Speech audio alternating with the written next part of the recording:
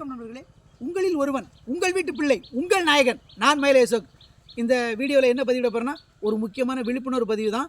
இந்த பதிவு வந்து நான் இப்போ எங்கே வச்சு விடுறேன்னாக்கி, தென்காசி மாவட்டம் கடையம் ஊராட்சி ஒன்றியம், கீழக்கடையம் ஊராட்சி, கடையம் ரயில்வே ஸ்டேஷன் அருகில் இந்த பாதை வந்து எப்படி இருக்குன்னு உங்களுக்காக இப்போ காமிக்க போகிறேன். அதாவது அந்த பாதையை வந்து பல தடவை பொதுமக்களும் சொல்லியிருக்காங்க. ஆனால் இது வரைக்கும் அதை சரி பண்ணவே இல்லை. அப்படியே தான் கிடக்கு. அந்த பாதை ரொம்ப மோசமாக கிடக்கு. இருசக்கர வாகனங்கள் வரவும் சரி, 4 சக்கர வாகனங்கள் வரவும் சரி, பெரிய பஸ்ஸில் வரவும் சரி, பாதாள கிடங்கு மாதிரிலாம் கிடக்குங்கிற இடத்துல. அதெல்லாம் நினைக்க உங்களுக்கு காமிக்க போகிறேன் இந்த வீடியோவில். ஆனால் இப்போ இதில் ஒன்று மட்டும் ஸ்டாப் பண்ணியிருக்காங்க. என்னென்னா, கனரக வாகனங்கள் இந்த வழியாக வந்துட்டு இருந்தது. அந்த கனரக வாகனங்கள் வர்றதை வந்து பொதுமக்கள் தான் அதை பாராட்ட வேண்டிய. யாருன்னா அந்த பெருமையெல்லாம் பொதுமக்களுக்கு தான் சேரும். பொதுமக்கள் பெரிய போராட்டத்தை நடத்தி சிறப்பான முறையில் அந்த கனரக வாகனங்கள் இந்த பாதையில் வரதை வந்து நிறுத்திட்டாங்க. அதுக்கு அவங்க பெரிய போராட்டம்லாம் நடத்தி அதை சரி பண்ணிட்டாங்க. அதே மாதிரி இந்த பாதையை போடுறதுக்கும் அவங்க ஏதாவது முயற்சி எடுத்தால் தான் நடக்கும், இல்லைனா நடக்காது. அதுக்காக தான் இந்த பதிவை நான் உங்களுக்கு பதிவிடுறேன். இந்த பாதையை நம்ம அப்படி பார்ப்போம். இந்த பாதை கிட்டத்தட்ட 1 கிலோமீட்டர் தூரம் அப்படி தான் இருக்குது. இதை வந்து சரி பண்ணணுன்னா மாநில அரசு வந்து மத்திய அரசுக்கு வந்து அழுத்தம் கொடுக்கணும். இது வந்து ரயில்வே ஸ்டேஷன் அருகில் உள்ள பாதைனால மத்திய அரசு அதை சரி பண்ணணும். அது ரொம்ப ரொம்ப முக்கியம். மத்திய அரசு வந்து அப்படி மந்தமாக கிடக்கு. அது ரொம்ப ரொம்ப மோசம். அது அப்படி இருக்கக்கூடாது. அதனால் பொதுமக்கள் இது ஒரு மந்திரியோ ஒரு அமைச்சரோ போகக்கூடிய பாதைன்னு அப்படி கிடக்குமா? கிடக்காது. இந்த பாதையை பாருங்கள். பெரு விபத்துக்களை தவிர்க்கணும். அந்த பாதையை சரி பண்ணால் தான் தவிர்க்க முடியும், எல்லாம் தவிர்க்க முடியாது. அந்தளவுக்கு ரொம்ப படுமோசமாக இருக்குது. வாங்க அப்படியே அந்த பாதையை பார்ப்போம், ரோட்டை பார்ப்போம்.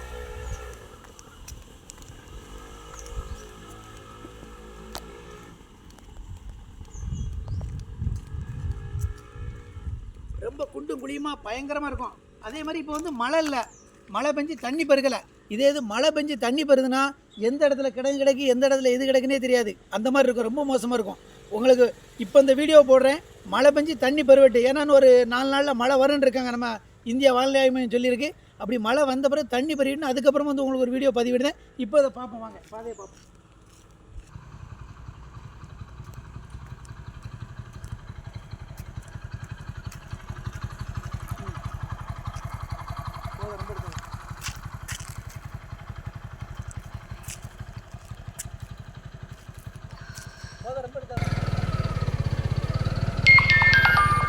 இந்த பாருங்க நண்பர்களே, இந்த பாதாள கிடங்க பாருங்கள். இந்த கிடங்குலாம் மழை பெஞ்சு தண்ணி கிடந்தா அந்த கிடங்கே தெரியாது. அந்த அளவுக்கு பெரிய லெவலில் பெரும் பாதாளம் இது.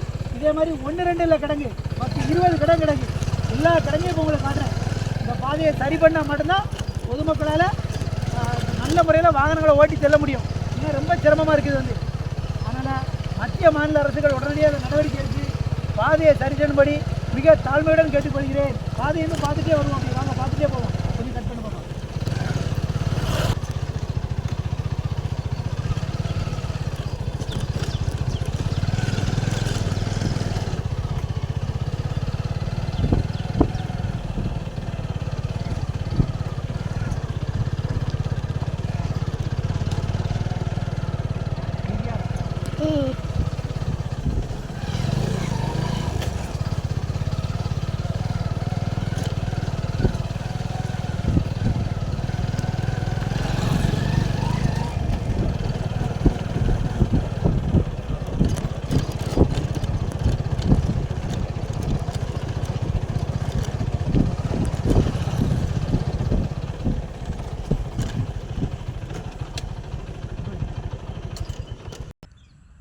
பார்த்துக்கிற நம்பரே, இந்த பாதையெல்லாம் நீங்கள் பார்த்தீங்களா? அப்போ எவ்வளோ கிடக்கு எப்படிலாம் இருக்குன்னு சொல்லி. இதில் மழை காலங்களில் ரொம்ப வாகன ஓட்டிகள் சிரமப்படுவாங்க. அதனால் தயவு செய்து இது வந்து நிறைய குக்கிராமங்களை இணைக்கி, அதாவது கிராமத்தான் தானே, அவன் எப்படினாலும் போய்க்கிடுவான், எப்படினாலும் பழகிக்கணும்னு நினைக்கிறாங்க. அது அவன் அன்றாடம் காய்ச்சி அன்னப்பால் அவனுக்கு என்ன தெரியும் அப்படிங்கிற மாதிரி தான் இருக்குது அரசும். அதாவது மாநில மத்திய அரசுகள் உடனடியாக நடவடிக்கை எடுத்து இந்த பாதையை சரி பண்ணுறதுக்காக தான் இந்த வீடியோ பதிவிடுறேன். அதாவது அவங்கள குற்றம் சொல்கிறதுக்கோ குறை சொல்கிறதுக்கோ இல்லை, மக்களுக்கு பொதுமக்களுக்கு என்ன தேவையோ அதை செய்யணும். அதுக்காக அந்த பாதையை வந்து விரைவில் சீரமைப்பாங்கன்னு நான் நம்புதேன். பொதுமக்களும் அதுக்காக சப்போர்ட் பண்ண நம்புதேன். இந்த வீடியோவை பாருங்கள், லைக் பண்ணுங்கள், ஷேர் பண்ணுங்கள், கமெண்ட் பண்ணுங்கள், சப்ஸ்கிரைப் பண்ணுங்கள். நன்றி, வணக்கம். உங்கள் நாயகன், நான் மயிலை அசோக்.